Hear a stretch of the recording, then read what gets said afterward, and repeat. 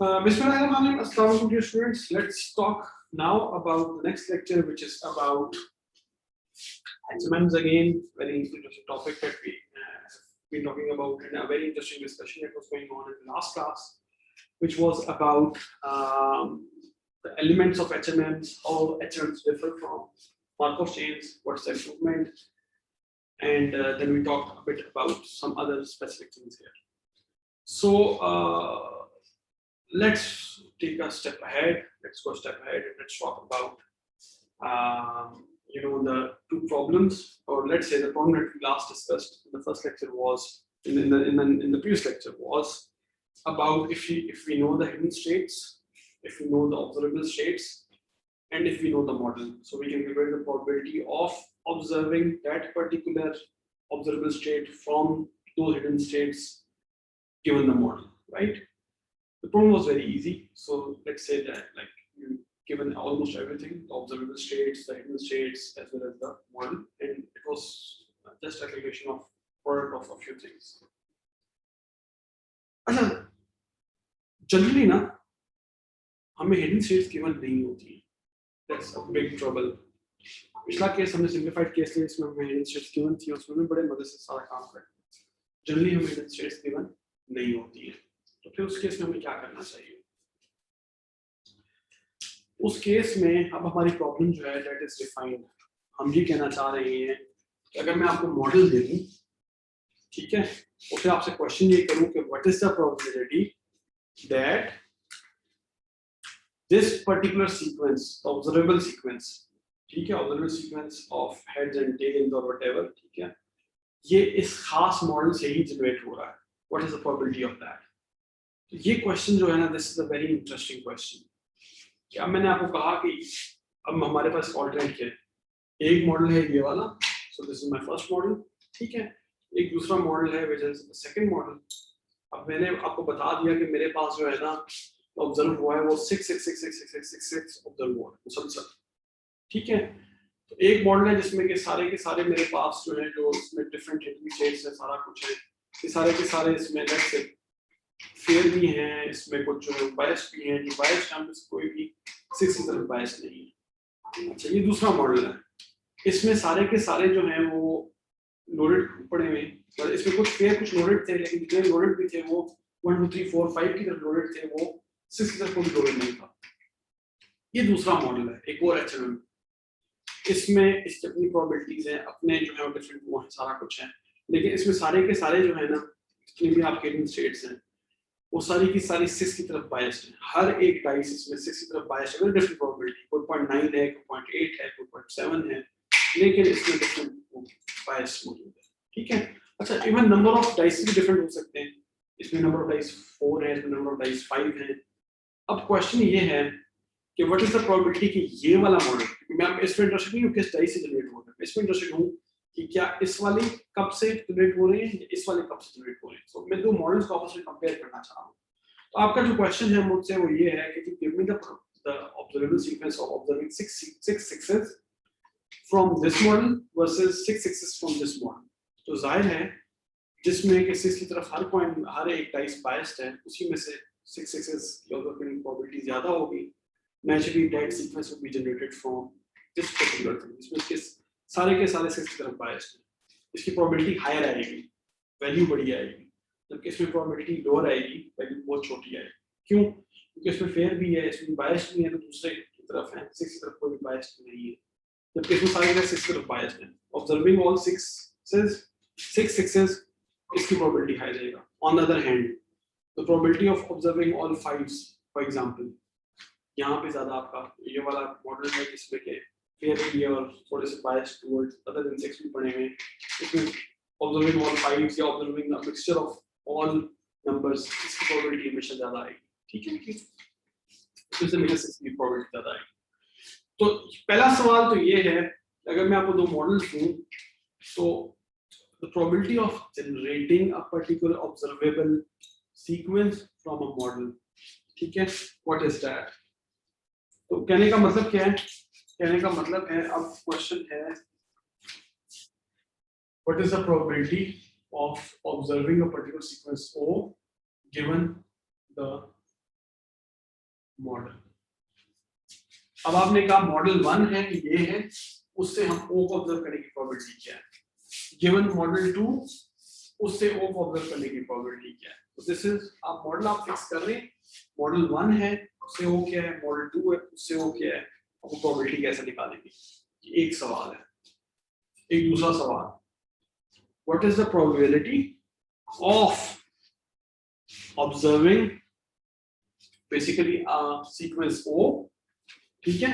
अच्छा O आपको given है, अब O is known, अब जो क्वेश्चन है that is very different. The question here is what is the hidden sequence underneath जिससे कि ये जनरेट हो रहा है, ठीक है। तो what is the most probable hidden sequence जिससे हमने observable states को जनरेट किया है। That question is very interesting in itself because now what we're trying to do is trying to define the hidden states H. तो question दूसरा वाला है that is find me the most probable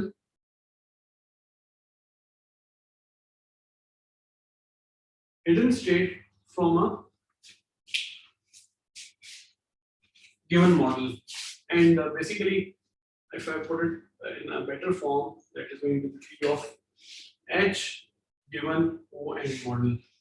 अब आपको model भी मालूम है, आपको ऑब्जर्वेबल सीक्वेंस भी मालूम है, और आपसे पूछा जा रहा है कि वी द मोस्ट प्रोबेबल, वो चीजें उसको मैक्सिमाइज कर दे, ठीक है। वो हिडन स्टेट्स जो कि इस पर्टिकुलर प्रोबेबिलिटी को मैक्सिमाइज कर दे, हमें वो बताइए, ठीक है। यानी कि अंडरलाइंग हिडन स्टेट सीक्वेंस क्या है, जाहिर है at time you want to know that, अगर आपको मालूम हो जाए अंडरलाइंग हिडन स्टेट सीक्वेंस क्या है तो आप उसके मुताबिक नेक्स्ट प्रेडिक्शंस कर सकते हैं, ठीक है ना।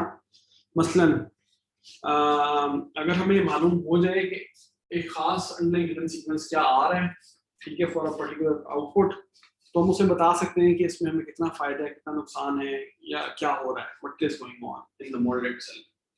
तो ये दो प्रॉब्लम्स हैं। एक प्रॉब्लम है जिसमें कि आपने ऑब्जर्वेबल सीक्वेंस को जनरेट करवाना है एक खास मॉडल से, तो ये आप मॉडल को कंपेयर करने के लिए इस्तेमाल कर सकते हैं।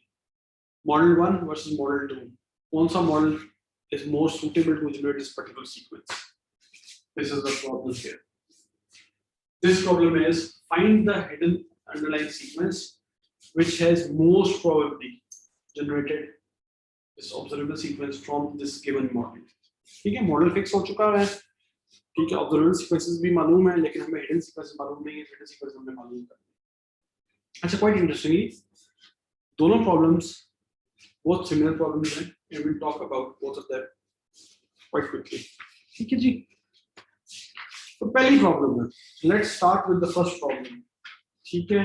the first problem, अच्छा मैं इसमें ना थोड़ा सा I'll try and deviate, इसमें बहुत ज़्यादा इस केस में this is where the strictness or the toughness starts, इसने बहुत ज़्यादा उसको जो है वो फॉर्मली डिफाइन किया है, मैं इसको इतना फॉर्मली डिफाइन नहीं करूंगा वरना आप मैथ्स में फंस के रह जाएंगे, ठीक है।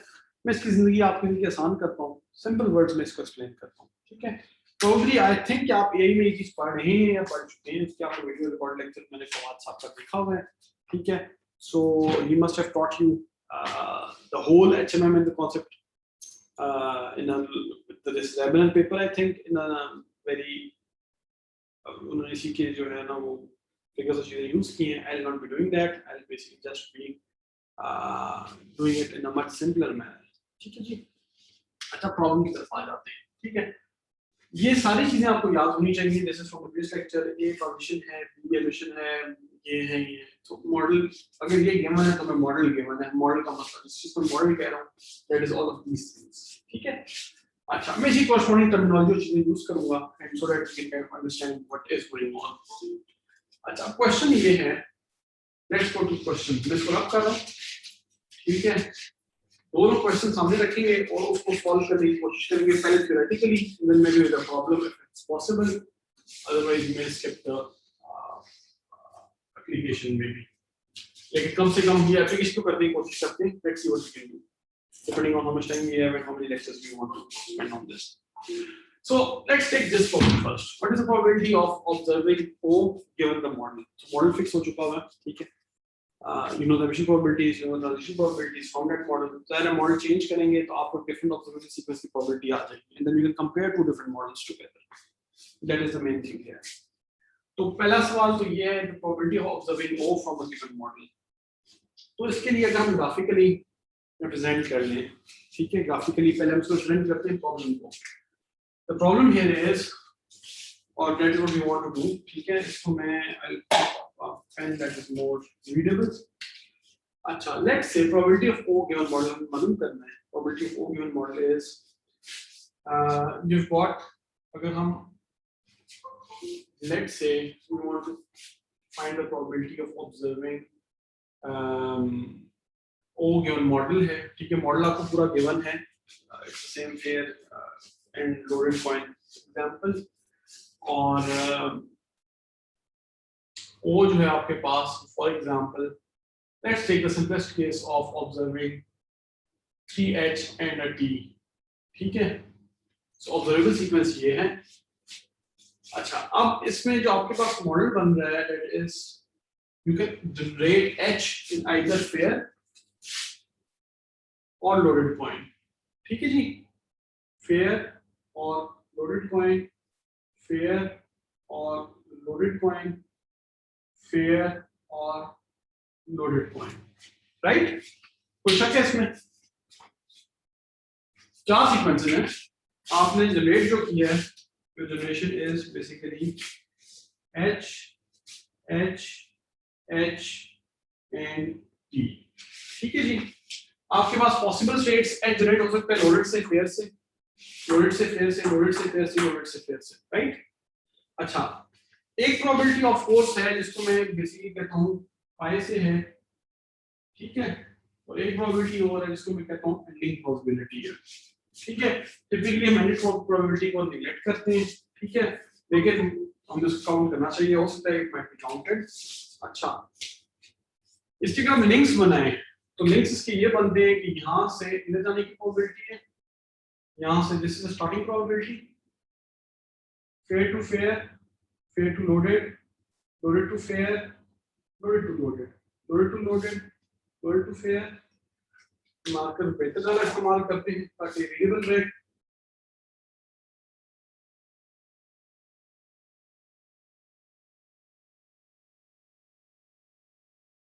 ठीक है जी,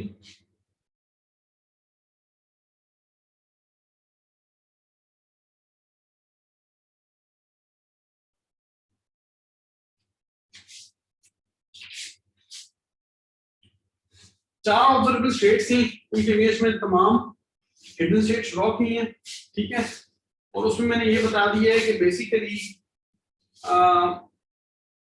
यहाँ पे हर एक स्टेट पे जो प्रोबेबिलिटीज यूज हो रही हैं, ठीक है, फाइल से एफ में जाने की प्रोबेबिलिटी, ट्रांजिशन प्रोबेबिलिटी, फिर एफ से एफ की ट्रांजिशन, एफ से एफ की, एफ से एफ की, एफ से लोडेड में भी जा सकते थे, ठीक है, जाहिर है कि अगली स्टेट पे लोडेड स्टेट हो सकती है, फेज में हो सकती है, ठीक है।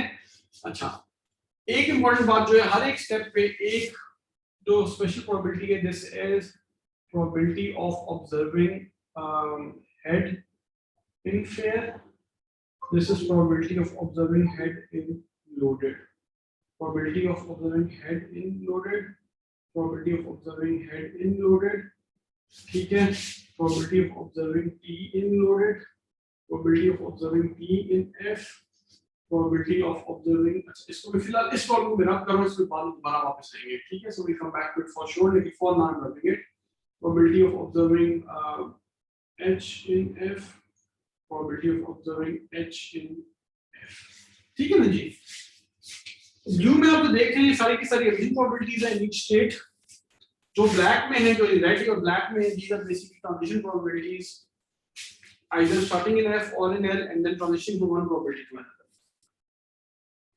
अगर आपने प्रोबेबिलिटी ऑफ O निकालनी है गिवन द मॉडल, यानी कि एक खास मॉडल के लिए जिसमें आपको ये सारी प्रोबेबिलिटीज गिवन है, अगर आप उसकी प्रोबेबिलिटीज निकालनी है, the simplest way to do that is कि आप क्या करें, आप एक्चुअली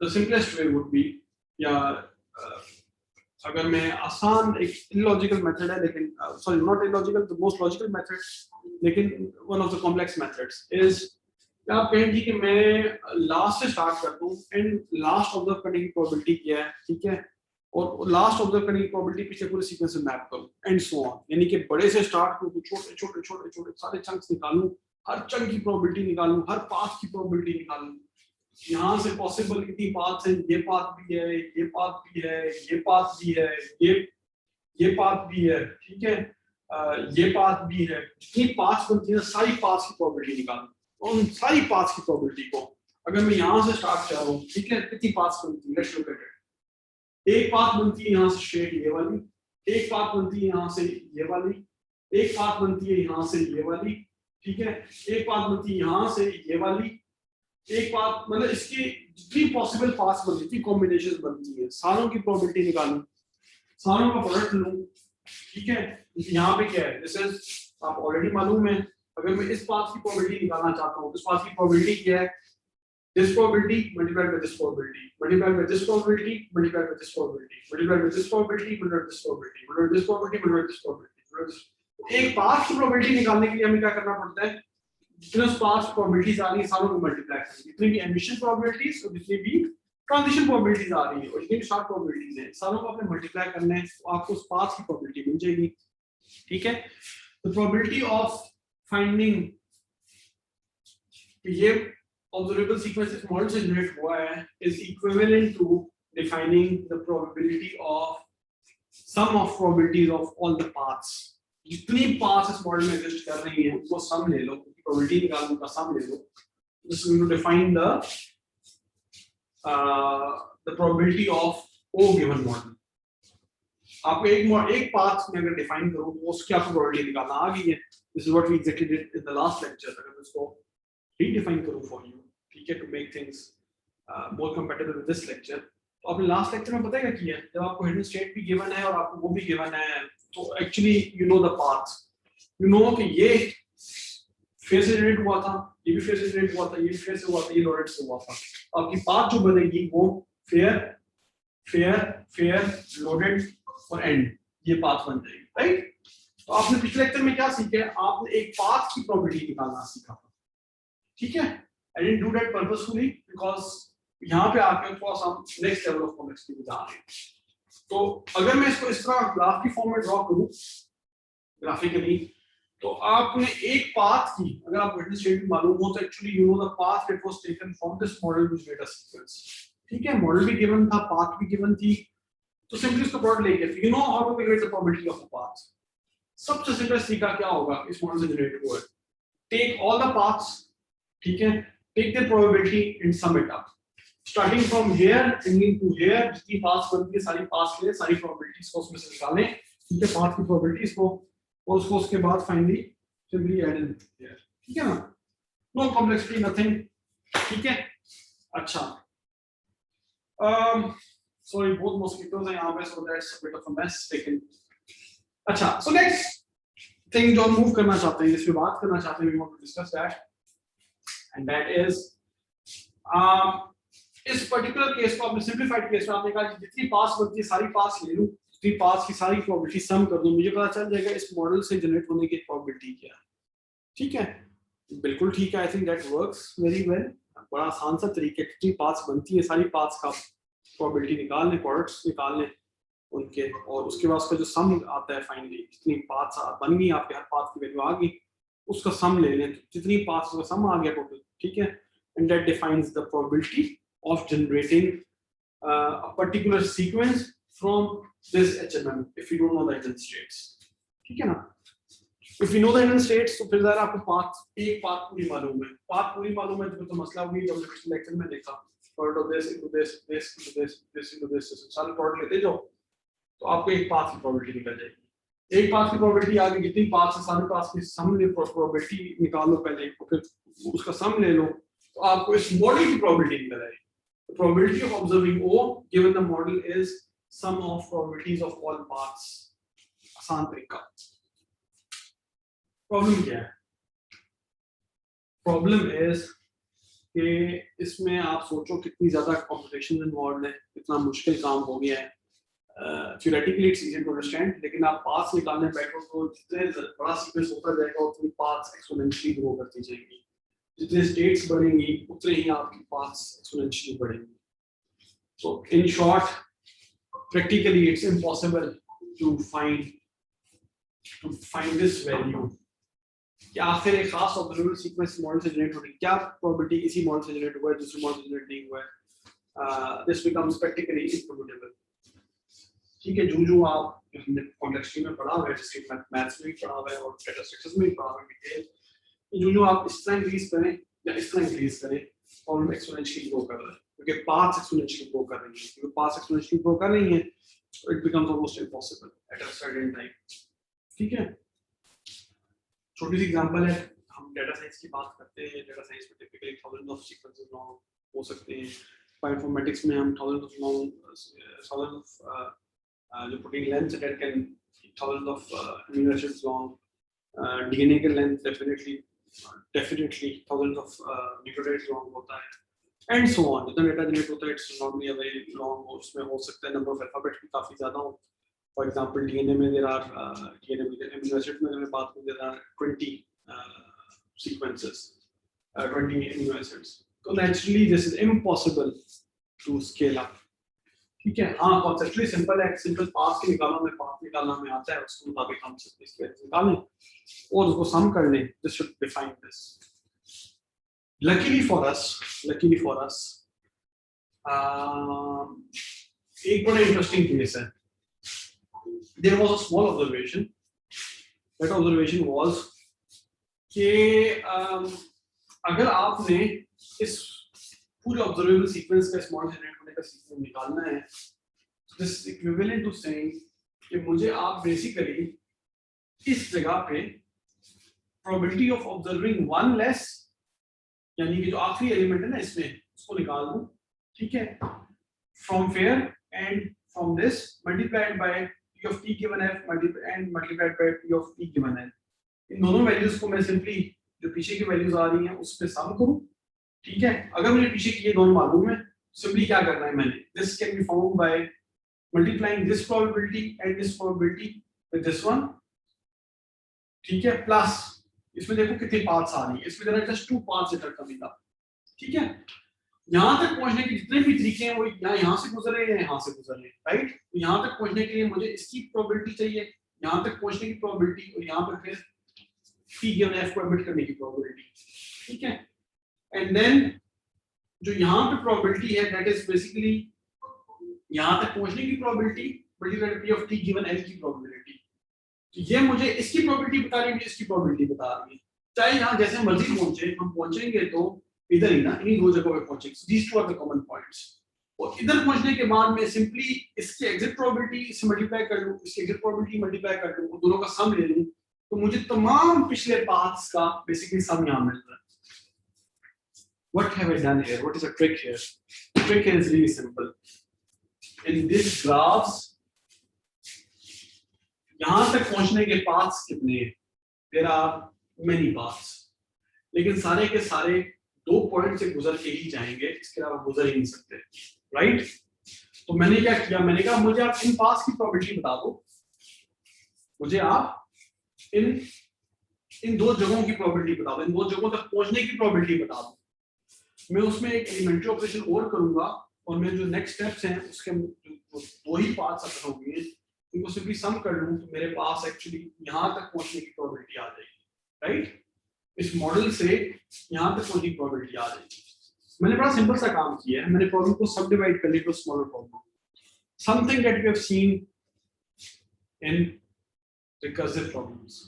थोड़ा सा एक हिंट आपके लिए रिकर्सिव का है, although this is actually what we call dynamic algorithm problems, या आप डिजाइन एंड एनालिसिस एल्गोरिथम का कोर्स पढ़ें तो उसमें डिटेल इसको पढ़ेंगे।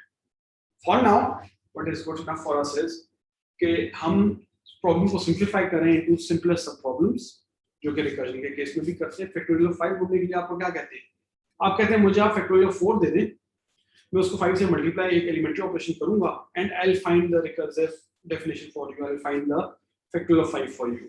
The same way I am saying, अगर आप मुझे कहते हैं इस पूरे h की को जनरेट करने का बताना है इस मॉडल से, तो आप मुझे सिंपल ये बता दें कि बेसिकली h जनरेट हो चुका फ्रॉम दिस मॉडल, ठीक है, इसको जनरेट करने की प्रोबेबिलिटी क्या है, and I just multiply it with these things and these things to generate probability of this in fair from here, Similarly, I will multiply the probability of this. So यहाँ पे पहुंचने की probability है with this, and add it to the multiply to the probability of reaching here multiplied by this to find this probability as well as the emission probability. ठीक है? तो ये मैं यहाँ पे पहुंचने की दूंगी. अगर ये दोनों मेरे पास मौजूद हैं, simply यहाँ से यहाँ तक जाने की probability और यहाँ से यहाँ तक जाने की probability मैं मालूम कर लूँ, मुझे मालूम हो, ठीक है? इसकी probability multiplied by this probability plus इसकी probability multiplied by this probability will give me the probability of reaching this point, the end point from this using the model. अगर मुझे ये मालूम हो यहाँ तक पहुंचने की प्रोबेबिलिटी क्या है, मैं आपको ये प्रोबेबिलिटी दे सकता हूँ, राइट? आप कहते हैं यहाँ पे वैल्यू 0.5 है, तो मैं सिंपली क्या करूँगा, 0.5 multiplied by this probability plus यहाँ की वैल्यू लेट्स से 0.8 है, 0.8 मल्टीप्लाइड बाय दिस प्रोबेबिलिटी, इन दोनों को ऐड करूँ, this multiplied by this plus this multiplied by this is going to give me the value of reaching this end point. तो काम मैंने क्या किया है, मैंने सब डिवाइड कर दिया. आपने मुझसे क्वेश्चन पूछा था यहाँ तक पहुंचने की प्रोबेबिलिटी क्या है, मैंने कहा मुझे दो प्रोबेबिलिटीज दे दो, मैं उनको सब मल्टीप्लाई करके सिंपलीफाई करके यहाँ पे लिख सकता हूँ. ठीक है, अब क्वेश्चन चेंज हो गया, क्वेश्चन ये हो गया यहाँ तक पहुंचने की प्रोबेबिलिटी क्या है. तो यहाँ तक पहुंचने के भी सिर्फ दो रास्ते, इसकी प्रोबेबिलिटी और मल्टीप्लाइड बाय ये probability plus direct transition probability. ठीक है, प्लस ये एक पाथ की प्रोबेबिलिटी निकले, दूसरी पाथ यहाँ से आ रही है, तो इसकी probability multiplied by this transition probability multiplied by this emission probability will define the probability of this इस पाथ से यहाँ तक, इस पाथ से यहाँ तक. ठीक है, और मैं उसको इन दोनों को सम कर लूँ तो मुझे एक्चुअली इसकी प्रोबेबिलिटी मिलती है. किसी भी पाथ से यहाँ तक पहुँचने की probability from here till here is probability of reaching this point or this point multiplied by the transition probability multiplied by the emission probability plus reaching this point multiplied by the transition probability multiplied by the emission probability. This whole defines the probability of observing this sequence and reaching this state from the start. ठीक है, that's it. No complexities here. ठीक है, similarly इसके पूछने के लिए मुझे सिर्फ इन दो की probabilities चाहिए. ठीक है, इस तक पहुंचने के लिए मुझे सिर्फ इसकी प्रोबेबिलिटी चाहिए, यहाँ से यहाँ तक जाने की प्रोबेबिलिटी चाहिए. अच्छा, जब प्रॉब्लम को आप सिंपलीफाई करते जा रहे हैं, जस्ट लाइक फैक्टोरियल केस, आप नोटिस करते हैं कि फैक्टोरियल में आपको क्या चीज चाहिए, एक बेस कंडीशन चाहिए. बेस कंडीशन इज कि जब भी फैक्टोरियल 1 पे या 0 पे पहुंचेगा तो वो आंसर 1 रिटर्न करेगा, right? That is the factorial base condition. यहाँ पे बेस कंडीशन क्या है, आपने मुझसे कॉम्प्लेक्स क्वेश्चन पूछा, मैंने उसको सिंपलीफाई कर दिया, इसका बता दो, मैं ये बता दूंगा. आपने इसका बताने के लिए मुझे कहा, तो मैंने कहा इसका बताने के लिए ये दो बता दो, मैं आपको ये बता दूंगा. आप इसका पूछने के लिए अगेन ये दो बता दो, मैं ये बता दूंगा. ठीक है, सो ऑन. यहाँ तक कि आप बेस केस यहाँ तक पहुंच गए, this is my base case. इसकी प्रोबेबिलिटी क्या है, simply this probability starting with f is a probability here to be in this state, starting with this is a probability of being in the loaded state. ये base आ गया, फिर उसके बाद next पूछने के लिए simply this multiplied by this. ठीक है, एंड सो ऑन, ये चलता जाएगा. तो कहने का मतलब क्या है, let's go to the base case. Base case में let me rephrase a little bit, थोड़ा सा इसको मैं रीफ्रेज कर देता हूं. बेस केस यानी कि हमने स्टेट f में पहुंचना है. ठीक है, to start in f and emit h, what is the probability? The answer to that is this multiplied by this. ये emission probability है, this is transition probability. Transition into emission gives you the probability of starting with f. Transition and emission will give you the probability of starting in L. अब ये मालूम करना है, ये मालूम हो गया हमें, ये मालूम हो गया. ठीक है, being in f क्या करना पड़ेगा, this. अब इसके बाद दो पाथ्स आ रही है, एक ये पाथ है, एक ये पाथ है. इसकी हमें वैल्यू मालूम है, this multiplied by transition probability and emission probability plus transition probability from this to this and emission probability multiplied by emission probability. दो चीजों का सम हर जगह पे है, हर जगह पे. यहाँ पे देखो सवाल यहाँ पे जो कि एक ही चीज है, because this is the base case. ठीक है, बाकी हर जगह पे जो probability है, जो है वैल्यू है, it is just a sum of two sub elements or sub elementary values. और sub elementary values कुछ भी नहीं है, it is basically this, the probability of being in this state multiplied by the emission, the transition probability multiplied by the emission probability. The probability of being in this state multiplied by this transition probability and this emission probability, and adding both of these two paths gives you the probability of this part being in this state from the start state. तो वो क्या रहा है problem को, जब आप problem complex करते हो, आप यहाँ पे टू कॉम्प्लेक्स, मैं कहता हूँ मुझे ये दो दे दो, इन दो को देने के लिए again for this I need these two and simply for this I need these two, और so on. प्रॉब्लम सिंपलीफाई करते जा रहे हैं. And then when we reach the base case, we can retract back and actually just get the sum and compute it and get done with this. So ये dynamic programming के typical problems हैं.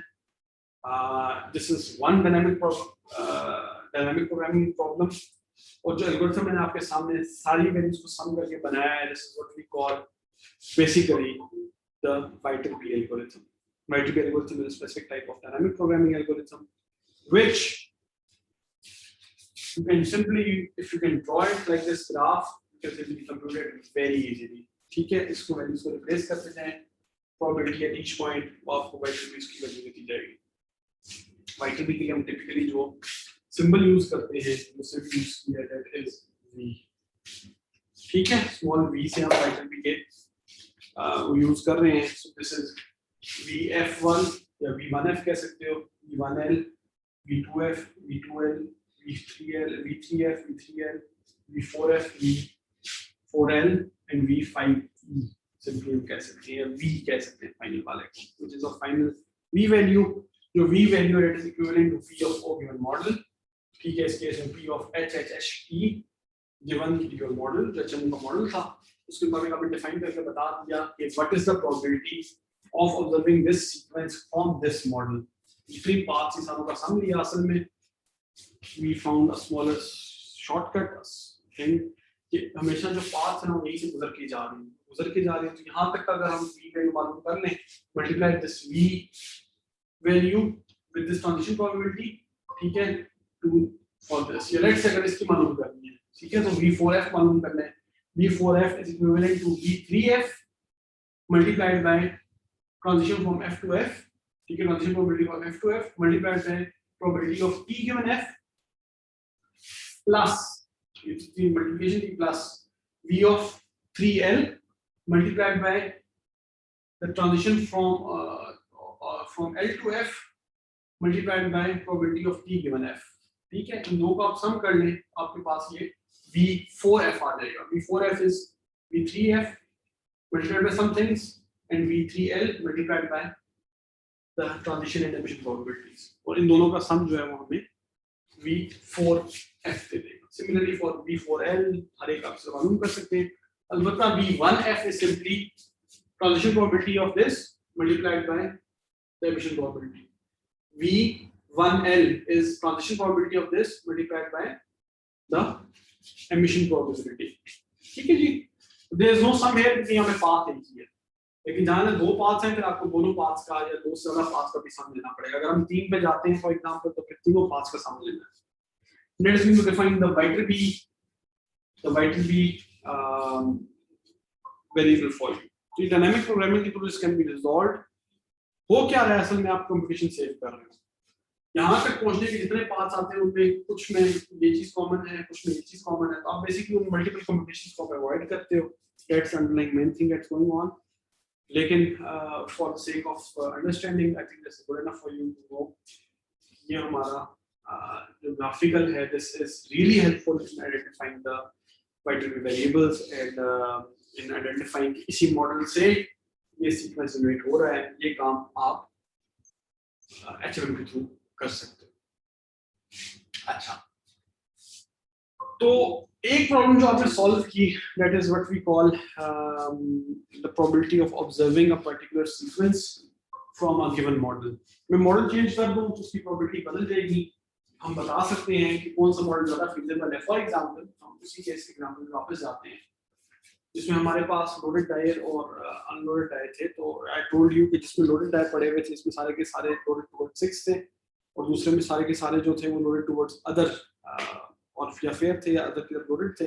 Will realise के अगर जिसमें अगर 666 probability generated 666 की बात करें, उसमें 6 स्टेट्स बनती हैं. 1 2 बेसिकली जो 6 लेट्स से 2 डायज हैं, ठीक है, दोनों डाय जो एक में 6 तरफ लोडेड है, एक में जो है वो 4 की तरफ लोडेड है और एक जो दूसरा है उसमें फेयर है फॉर एग्जांपल।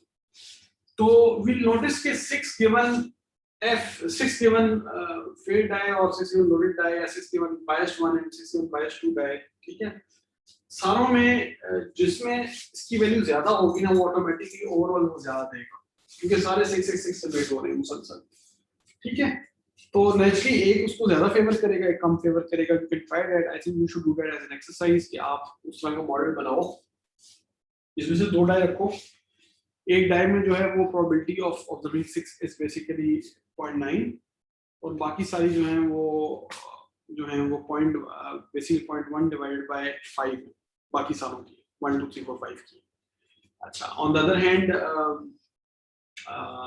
जो दूसरा डाई है उसमें 0.8 है, तो 2 डाई पड़े हुए एक मॉडल में, दूसरा डाई उसी मॉडल में पड़ा हुआ है, उसकी 0.8 जो है वो let's suppose is the probability of observing 6, जबकि 0.2 divided by 5 is the probability of observing every other number, 5 1 से लेके 5 तक 0.2 divided by 5 है, ठीक है जी। ये एक मॉडल हो गया और आप उसमें ट्रांजिशन जो है वो यूनिफॉर्म रख लो, 0.5 से आप ट्रांजिशन कर सकते हैं 6 के दरमियान, या फिर ये है कि इवन स्टार्टिंग प्रोबेबिलिटीज 0.5 और 0.5 होगी। अच्छा, दूसरे मॉडल पे आए थे, उसमें भी 2 डाई हैं। एक डाई जो है फेयर डाई है, इसका मतलब है 1/6 is the probability of observing each event। जो दूसरा डाई है that is basically 0.9 of observing 4 and 0.1 divided by 5 for observing each of the 1 to 6 जो बाकी रह गए 4 के अलावा उनकी probability है। उसमें भी even uniform distribution रख लो, 0.5 जो है वो आप रख लो is the transition probability from one die to the other, and similarly starting each die is also 0.5 and 0.5।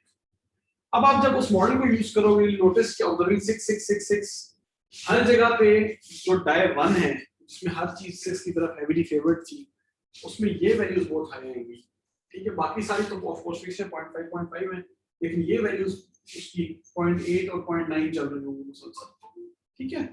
On the other hand जब मॉडल चेंज करते हो जिसमें कि बेसिकली जो है 4 वाला और फेयर वाला डाई पड़ा हुआ है, उसमें ये नोटिस कि ये बाकी वैल्यूज तो ये जो ट्रांजिशन है बिल्कुल वही है 0.5 और 0.5, अलबत्ता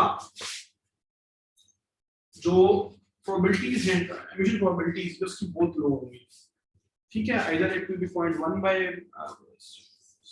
5 और इट विल 0.2 by 5, ठीक है, और इट विल 1/6, इस तरह की चीजें उसमें होंगी। तो यू नोटिस के उस केस में when it was दो डिफरेंट मॉडल्स थे, you could kind of come up with कि हर एक अंडरलाइंग स्टेट कौन सी यूज हो रही थी। It could even shift in between as well। Models तो शिफ्ट नहीं होते, मॉडल्स तो एक ही होते हैं, लेकिन it could shift in between different states and that would not differ। आपको बहरहाल वो जो HMM जो ज्यादा फेवर कर रहा है वो क्लियरली बताएगा कि जिसमें 6 से फेवर कर रहा था उसी मॉडल से 6 जनरेट होने की प्रोबेबिलिटी बहुत ज्यादा है as compare to bias towards 4 या some other model। दो मॉडल्स के कंपैरिजन के लिए आप इसको यूज कर सकते हो। मैंने जिस चीज की बात की, मैंने वेक्टर एल्गोरिथम की बात की, V की बात की, I could say this is V1F, V2F, V1L, V2F, V2L and so on, नाम देके प्रॉपर्टी आप इसको यूज करें and I think we are fine with using vector V। तो इस लेक्चर को बहुत गौर से सुनें, this is something that is very interesting and very important। I think we go on and talk about it, discuss it, try to solve its problems and come with some concrete wording over here। So if that is done, let's move on to the next thing। अच्छा, अब एक बड़ा interesting बात है, आपने मुझे कहा कि हमें मालूम नहीं था किस मॉडल से जनरेट हुआ, हमने प्रॉब्लम का P of O given model, हमें मालूम नहीं था किस मॉडल से जनरेट हुआ। सवाल ये था क्या इसी मॉडल से जनरेट हुआ। मैंने कहा तमाम पाथ्स ले लो and we are done, we find the sum of all paths, the sum of probabilities of all paths and this will define the probability of generating this sequence on this model। दूसरा model आपने कहा, मैंने कहा उसकी सारी paths निकालो, paths के सम ले लो, काम खत्म करो। और पाथ्स की प्रोबेबिलिटी निकालने का तरीका हमने देखा, वेक्टर एल्गोरिथम समराइज कर देता है, शॉर्ट कर देता है, आसान कर देता है। वो सिंपली जितनी प्रीवियस पाथ्स होती हैं उनको सम ले लेता है, ठीक है। तो प्रीवियस पाथ्स यहाँ तक पहुंचने की वही पाथ्स है, उन दोनों का वेक्टर भी वैल्यू निकालो, उसके एक एलिमेंट्री ऑपरेशन करो which is product with its transition emission probability if both exist and simply sum it up to generate the probability the next vector will be variable for the current state। आसान सा तरीका था, nothing complex। मैं इसको थोड़ा सा extend करता हूँ, ठीक है। अब एक दूसरी प्रॉब्लम है which is very similar in nature, you just need to find the similarity of it. The problem now is, इस केस में हमें मॉडल से जनरेट करवाना, we were not worried about hidden sequence at all. आपने notice किया है कि इसमें हिडन का जो कॉरस्पॉन्डिंग टर्म थी, it's not present in the question. मुझे हिडन स्टेट से मतलब नहीं था, यहाँ पे कौन सी हिडन स्टेट है, मुझे मॉडल से मतलब था। इस मॉडल से इस ऑब्जर्वेबल सीक्वेंस को जनरेट करने की प्रोबेबिलिटी क्या है, probability of O given the model, what is that, ये क्वेश्चन था, ठीक है। Not change my question a little bit, ठीक है। उसके हम एग्जांपल देखी थी कि हमने 6 वाला एक मॉडल लिया था, एक नॉन 6 वाला मॉडल था, दोनों से जनरेट करने की प्रोबेबिलिटी हमने चेक की, एंड दैट एक्सरसाइज आपको एग्जैक्टली मिल जाएगा। बट द नेक्स्ट स्टेप, अगर मैं आपसे कहूँ कि 6 जनरेट हुए हैं इसी मॉडल से ही हुए हैं, मॉडल भी फिक्स कर देता हूँ आपके लिए, 6 भी फिक्स कर देता हूँ। अब मैं कहता हूँ मुझे ये बताओ कि इसके अंदर जो 6 डाइस पड़ेंगे, ठीक है, इस 6 में से किस डाइस से कौन सा नंबर जनरेट हुआ है। एक ऑब्जर्वेबल सीक्वेंस दे दिया 1 2 3 4 5 6 7 8 9, 1 2 3 4 5 6, 1 2 3 4 5 6, 1 2 3 4 5 6, 3 दफा दे दिया। इसमें एक डाई जो फेयर है, ठीक है, बाकी सारे डाई जो हैं वो बायस टुवर्ड्स 6 है, ठीक है। बाकी सारे डाइस, लेट्स 2 डाइस में पड़ेंगे, एक लोडेड है, येलो वन इज लोडेड, ये हमेशा 6 की तरफ जाता है, ज्यादा जाता है, ये 0.9% और 6 देता है, 1/5 1 बाय जो 1/50% ऑफ द टाइम ये जो है वो एक्चुअली आपको बाकी नंबर्स देता है, ठीक है। अच्छा, on the other hand white die है, ये बेसिकली फेयर डाई है, ठीक है, इसमें सारे अनइक्वल प्रोबेबिलिटी है। मेरा आपसे क्वेश्चन ये है कि given the model, transition probabilities पता है मुझे, एमिशन प्रोबेबिलिटीज पता है मुझे, सारा कुछ पता है, ठीक है। मेरा आपसे क्वेश्चन ये है कि what is the hidden sequence that is generated, the observable sequence 1/6 1 2 3 4 5 6 1 2 3 4 5 6 1 2 3 4 5 6, what is the hidden sequence. उसका आंसर ये होगा फॉर यू, जाहिर है you will come up with कि हम मैक्सिमाइज कर लें हर स्टेप पे प्रोबेबिलिटी को। हम ये कहें कि जितनी पाथ्स आ रही है ना, ठीक है, जितनी पाथ्स आ रही है starting from here till here, जितनी पाथ्स आ रही है उसमें वो वाली पाथ अगर मैं ढूंढ लूं जिसमें मैक्सिमम प्रोबेबिलिटी आती है तो मैं आपको हिडन सीक्वेंस भी बता सकता हूँ न्यूमेरिकली क्वांटिटेटिवली, ठीक है। फॉर एग्जांपल अगर 1 2 3 4 5 6 है तो वी नो कि वो हमेशा fair fair fair fair fair ही आएगा, that is going to give you the maximum probability, ठीक है, कंपेयर टू अनदर डाइस जिसमें हाईली फेवर्ड टुवर्ड 6 था लेकिन उसमें जो है बाकी सारे वो इतने फेवरेबल नहीं थे। Most probably the path f for 18 times is going to generate you the highest probability path, right? तो मैं कह सकता हूँ कि मैं f 18 टाइम लिख दूँ तो that is the same path, या एक चीज और हो सकती है depending on the model of course and the transition probabilities कि I could have gone for 5f's and then a hidden and then 5f's and then loaded and then 5f's and then loaded and then 5f's and then unloaded. That's another path that might be most probable. Depending on the transition probabilities, these both are equally feasible or more, let's say, इन दो में से एक path हो सकती है। अगर मैं path बता दूं ना, वो path जिसकी highest probability है, तो आप मुझे कह सकते हो कि इसी path में जो hidden sequence ऑब्जर्व हो रहे हैं, that is the most probable sequence, hidden sequence to generate this particular, क्या कहते हैं, model, right? ये जो ऑब्जर्वेबल सीक्वेंस है 1 2 3 5 6 का, इसको जनरेट करने के लिए इस मॉडल से ये हिडन पाथ है मोस्ट प्रोबेबल। सो हम हिडन पाथ बताने शुरू, given the observable sequence and the model you can tell me the observable path by maximising the path, the probability of the path, हम उसको maximise कर लें और वो हम ढूंढ लें the maximum one we have generated, we have found the hidden sequence. अब सवाल ये है कि मैंने आपसे कहा कि जब मैं पिछले लेक्चर पिछला जो बात कर रहा था एडेड ऑन दैट, उससे ऑलमोस्ट सिमिलर है, why is that similar, because again यहां तक पहुंचने के रास्ते दो ही हैं, you have reached this point and then you have taken this thing, you reach this point and you have then taken this path, ऐसे ही है। एक बड़ा इंटरेस्टिंग पॉइंट है यहाँ पे अगर मैं मैक्सिमम ढूंढूं, यहाँ तक पहुंचने का मैक्सिमम पाथ अगर मुझे मिल जाए, ठीक है, तो I have just to multiply it with this one, यहाँ तक पहुंचने का मैक्सिमम पाथ मुझे मिल जाए, उससे मल्टीप्लाई विद दिस वन, दोनों में से जो बड़ा होगा ना वो यहाँ तक पहुंचने का वही पाथ, ठीक है। इन दोनों में पहुंच गए हम, पहुंचने के बाद हमने कहा कि यहाँ तक पहुंचने का तो हमें ये पाथ है, नो अबाउट दैट, लेकिन यहाँ से आगे इधर तक पहुंचने के लिए यहाँ से भी आ सकते हैं, यहाँ से भी आ सकते हैं। इसके लिए पाथ की वैल्यू क्या होगी, इसके लिए जो वैल्यू होगी that is maximum of either product of this with this और product of this with this. यहाँ पे अब मैक्सिमल का फंक्शन आ गया है इंस्टेड ऑफ सम, जो हम सम यूज कर रहे थे वाई बी के लिए, क्योंकि हम तमाम पाथ्स की प्रोबेबिलिटी सम करके दे रहा था, we have now simplified it to, instead of taking a sum we have used the max operator।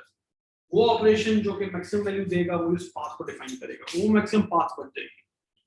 इसीलिए इस ये जो एल्गोरिथम है, this is what we called forward backward algorithm, क्योंकि ये वो केस था जो अभी मैंने केस दिखाया है फॉरवर्ड एल्गोरिथम का, ये फॉरवर्ड प्रोबेबिलिटीज लेके चल रहा है, ठीक है। ये बेसिकली पिछले स्टेप से आगे इसको कंक्लूड करा, दिस इज फॉरवर्ड एल्गोरिथम। एक बैकवर्ड एल्गोरिथम भी है, बैकवर्ड एल्गोरिथम ये कहता है कि मैं यहाँ पे इधर से यहाँ तक आने की प्रोबेबिलिटी मालूम करूँ, तो reverse of that it's exactly the same thing, लेकिन इन रिवर्स ऑर्डर चलता है, उसको हम बैकवर्ड एल्गोरिथम कहते हैं, ठीक है। वो भी अगेन मैक्सिमाइज कराता कराता यहाँ तक पहुँचा देगा। So the question here is के और बैकवर्ड एल्गोरिथम दोनों कंबाइन होके you can find the intermediate value कि इस जगह तक पहुंचने की वजह से यहाँ से एंड तक पहुंचने की प्रोबेबिलिटी क्या है। स्टार्ट से यहाँ तक आने की प्रोबेबिलिटी हमें फॉरवर्ड एल्गोरिथम बताएगा, यहाँ से एंड तक जाने की प्रोबेबिलिटी भी बैकवर्ड एल्गोरिथम बता सकता है, ठीक है। In combining both of those we can actually maximise reaching a middle point, इसलिए हम इसको फॉरवर्ड बैकवर्ड एल्गोरिथम कहते हैं। The idea is actually the same, कोई फर्क नहीं है, instead of using a sum हम उसकी जगह पे इंस्टेड हम मैक्सिमाइज का फंक्शन मैक्स का फंक्शन यूज करते हैं, इसको हम फॉरवर्ड बैकवर्ड एल्गोरिथम कहते हैं। ये एक्चुअली क्या करता है, हमें वो पाथ बताता है इस गिवन मॉडल के अंदर, वो हिडन पाथ जो कि प्रोबेबिलिटी को मैक्सिमाइज कर रही है यहाँ पे डिफाइन हो सकती है, ठीक है, just by using max operator instead of the sum operator. यहाँ पे आप क्या करते हैं, दो पाथ से दोनों का एक एलिमेंट्री ऑपरेशन परफॉर्म करते थे, उसका सम ले लेते थे, दैट वुड डिफाइन द वाई-टू algorithm for you. In forward backward instead of using the sum operator at that, आप उन्हीं दोनों प्रोबेबिलिटीज में से मैक्सिमम वाली चूज कर लो, ठीक है, तो that is going to define the path for you. अच्छा, एक बात याद रखनी है जो डिफरेंट है फ्रॉम वाई-टू-बी, फॉरवर्ड बैकवर्ड में there is one very important thing, at each point you need to keep track of which path was taken for this particular value। मैंने तो यहाँ में बताया ना कि वैल्यू आपके पास आ गई, लेकिन you need to realize कि इस तक पहुँचने के लिए मैं यहाँ से आया था, and did not choose this one but I choose this one। यहाँ तक पहुँचने के लिए मैं यहाँ से आया था, I did not choose this one but I chose this one, and so on। तो जो सारे स्टेप्स हैं इनको हमें डिफाइन करना है, उनको डिफाइन करने के लिए we have to utilize what you call we'll have to keep track of the previous things। Again थोड़ा सा जो जब आप आगे mathematics book से पढ़ोगे, I'll be talking if I do offer, I don't know if I'll be offering that, but if I do offer mathematics उसमें हम Smith-Waterman algorithm और Needleman-Wunsch algorithm, इस तरह कुछ dynamic programming algorithms की बात करेंगे, इसमें again tracking will be important, ठीक है। वाई-टू-बी में tracking important नहीं थी, right? किस पाथ से आ रहे हैं कि प्रीवियस स्टेट क्या थी उससे इट्स नॉट इम्पोर्टेंट, लेकिन जब आप फॉरवर्ड एल्गोरिथम की बात करते हो you need to keep track of which was the previous state that had the maximum value, और वहां से हम आए हैं, ठीक है। तो प्रीवियस स्टेट अगर एल से आए या एफ से आए हैं, you need to keep track of that. E तक पहुंचने के लिए मैं एफ से आ रहा हूं, एफ तक पहुंचने के लिए मैं इस एफ से आ रहा हूं, इस एफ तक पहुंचने के लिए मैं इस एल से आ रहा हूं, इस एल तक पहुंचने के लिए मैं इस एफ से आ रहा हूं, इस एफ तक पहुंचने के लिए मैं इस लैम्डा से आ रहा हूं। तो जो ट्रैक है ना वो आपने पूरा रखना है। That is the only difference between what we call forward backward algorithm and vertical algorithm. Of course, other than कि एक max लेता है, एक sum लेता है, the other difference is one keeps track, जो max ले रहा है वो track रख रहा है कि कौन सा max वाला था। We can only define a path through that, ठीक है, clear है ये?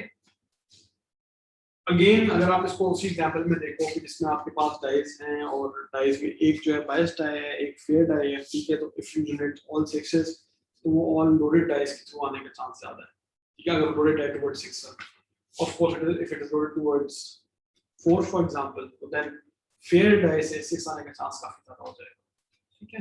विल नोटिस के मैक्सिमम पार्ट वो बनता जाएगा, और इसमें मिक्सिंग भी हो सकती है, ठीक है, जहाँ पे फॉर एग्जांपल 4 होगा तो हो सकता है कि वो लोअर डैश जनरेट हो, ठीक है, और जो बाकी नंबर्स हैं वो दूसरे डैश जनरेट हो रहे हैं. It depends on your model or description. लेकिन the main important thing here is, and that you need to understand clearly is, इस पूरे एग्जांपल में जो हमने दिया है, एक एग्जांपल हमने देखा वाइटरबी का. वाइटरबी आपको एक मॉडल की प्रोबेबिलिटी बताता है. On the other hand, you have got the forward backward algorithm. Forward मैंने आपको explain कर दिया, backward को फिलहाल skip कर रहे हैं, but you can know it maybe later on or read it on your own as well from this paper. अच्छा, just to tell you, उसने problems पूरी explain की नहीं है और बहुत अच्छा बताया हुआ है इसमें. Except that उसकी terminology है ना, that's a bit too complex and too confusing at times. और जाहिर है वो बॉम वेल्च के ऊपर सोल्यूशन फॉर्म 3 में बॉम वेल्च एल्गोरिथम पे भी जा रहा है, तो this is where it goes to Baum Welch. अगर आप उसमें इंटरेस्टेड हैं तो आप उसको भी पढ़ सकते हैं. Although skip that, expectation maximization, expect करो, maximize करो, expect करो, 2 steps हैं उसके, और उसमें चलता रहता है. I skip that, probably not as very important for this lecture. So I'd like to conclude HMMs probably on the note that we've got Viterbi algorithm, we've got forward backward algorithm, both are dynamic programming algorithms, and both can be used to simplify your calculations a lot. So जो हमें basic मसला तमाम paths की probability निकालने का, या तमाम paths की probability निकाल के उसमें से एक maximum को select करने का, यहाँ पे पहुंचने के लिए जो forward backward है वो भी कहता है कि तमाम paths निकालो, जो paths की जिस path की probability maximum है उसको select कर लो as your hidden path, underlying hidden path. तो उसमें प्रॉब्लम हमें सिर्फ ये आ रहा है कि there are too many computations involved. उसको आसान करने के लिए we have made use of the fact कि उसका कुछ पोर्शन जो है वो तमाम पाथ्स में कॉमन है. जो कॉमन पोर्शन है उसकी प्रोबेबिलिटी निकालो, उधर तक मैक्सिमाइज कर लो या उधर तक सम कर लो, और उसकी बुनियाद पे आप नेक्स्ट मैक्सिमम प्रोबेबिलिटी या नेक्स्ट सम करके नेक्स्ट प्रोबेबिलिटी आप वेट मालूम कर सकते हैं, एंड सो ऑन. ठीक है, तो वाइटरबी वो ऑफ कोर्स सम है. वाइटरबी क्या करता है, तमाम मेथड की एल्गोरिथम प्रोबेबिलिटी निकाल के बताता है. फॉरवर्ड एल्गोरिथम जो है वो बेसिकली मैक्स ऑपरेटर यूज करता है. ठीक है, तो ये ध्यान में रखना है आपने, पेपर में आप देख सकते हैं. अच्छा, मैं एक चीज को सिर्फ करना चाहूँगा, तो वेरीफाई कि जिसको मैं वाइटरबी कह रहा हूँ क्या वो वाकई सम वाला है या क्या वो मैक्स वाला है. जी ओके जी, बिल्कुल ठीक है. अकॉर्डिंग टू दिस जो मैक्स वाला है ना उसको वाइटरबी कहते हैं. तो मैक्स लेते हैं ना ऑपरेटर, तो मैंने बाद में बताया एक्चुअली. तो सेकंड स्टेप है वो वाइटरबी वाला है. और जो P of O given model था वो हिडन स्टेट्स निकाल के बताता है, वाइटरबी बताता है. So Viterbi gives you the maximum value, so it generates the hidden states. And hidden वाला जो उसको वाइटरबी नाम है. सब नाम सिर्फ जो है करेक्ट कर लीजिएगा लेक्चर में. दैट इज एन एडेंडम, मैंने तो पिछले वेरीफाई किया. Viterbi is the one which is used for maximising और फाइंडिंग द हिडन पाथ. जबकि जो पहला पोर्शन है व्हिच इज फाइंडिंग द तो सम ऑफ ऑल पाथ्स, जो सम वाला है, अगर फॉरवर्ड में सम करें तो फॉरवर्ड एल्गोरिथम है, बैकवर्ड में सम करें तो बैकवर्ड एल्गोरिथम है, कंबाइन हो मिडिल पे हो तो उसको फॉरवर्ड बैकवर्ड एल्गोरिथम कहते हैं. So the finding the path with the highest probability in a model we use basically Viterbi. Second problem थी. तो पहली प्रॉब्लम थी जिसमें मैंने आपको बताया कि find the sum of all paths, that is the forward algorithm. Forward backward भी नहीं समझ सकते. मैं उसको फॉरवर्ड एल्गोरिथम कह रहा हूँ, इससे फॉरवर्ड डायरेक्शन में मूव कर रहे थे. उसकी उस हर पाथ की उसको प्रोबेबिलिटी कैलकुलेट करते करते फाइनली उसको सम करते जाते थे. ठीक है, that is the forward algorithm. With that, I think I'd like to end the lecture on hidden Markov models. पूरी सीरीज हम तकरीबन कवर कर चुके हैं. मेरा मेन पर्पस इन लेक्चर्स को बनाने का ये था कि आपको हिडन मार्कोव मॉडल्स की बेसिक आइडिया हो जाए. You understand what a hidden Markov model is, what a Markov chain is, how it is used. Again, आप देख सकते हैं कि it is very successful in finding the hidden paths. एक hidden वो है. अच्छा, this is by the way superseded by what we call neural networks. Neural networks भी exactly यही करते हैं at times. ठीक है, generative GANs हैं, generative networks हैं, जो कि आप ऑलरेडी पढ़ चुके हैं डिटेल फ्रॉम डॉक्टर कामरान. तो ये सारी चीजें जो है आपको काफी ज्यादा जो है वो हेल्प करेंगी in your future lectures and future stuff. बहुत this is very important, very interesting कि हम ज्ञान से पढ़ते हैं, या फॉर एग्जांपल जब हम जनरेटिव नेटवर्क्स पढ़ते हैं या इस तरह की और चीजें हम देखते हैं, तो we should know the history of it. ठीक है, hidden Markov model is a history जिसके ऊपर जिसकी बेस पे ज्ञान चीजें बनी. So one should know it very well ताकि आपको कल को भी इस्तेमाल करना पड़े. You should know the shortcomings, should know the things that existed before for GANs and that kind of things. तो मेरे ख्याल में our focus should be more on what you call basically the hidden Markov models, the history behind GANs and history behind deep learning. मेरे इस lecture का wide मकसद ये था कि आपको पता चले कि GANs एक दिन में नहीं बने. They have evolved over time, and this was the history. HMMs जो थे, these were the state of the art things. Used a lot for generative sampling and modeling and kind of identifying portions underlying independent states और उनको classify करने के लिए इस्तेमाल होते रहे.